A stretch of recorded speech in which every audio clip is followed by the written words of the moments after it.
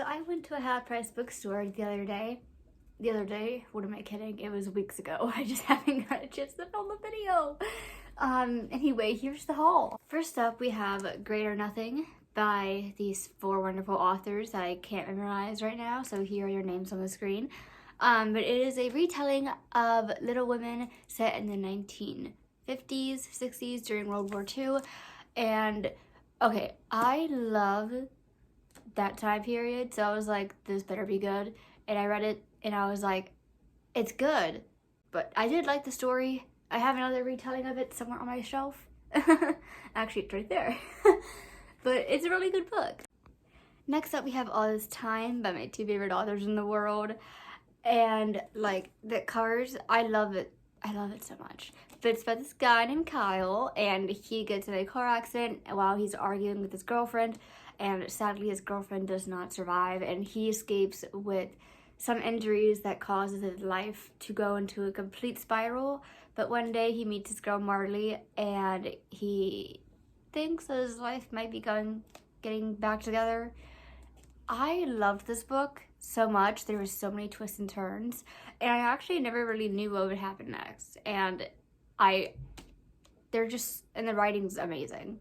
Seriously, check this book out. Next up, we have I Hope You Get This Message. I read this book a long time ago, and I've been dying to get it in like a regular sort of look, because I have the Owl Crate exclusive, if I remember correctly. But this book follows three teens and their different three POVs as they realize, hey, our world is ending because there's an alien invasion. And it is so good. Like, it's so interesting, and the ending is just, oh boy, that ending. Last but not least, I found The Reckoners Trilogy by Brandon Sanderson. And this story follows David in a dystopian world, sort of, like almost sci-fi, high fantasy, no, not high fantasy, but it's like a dystopian.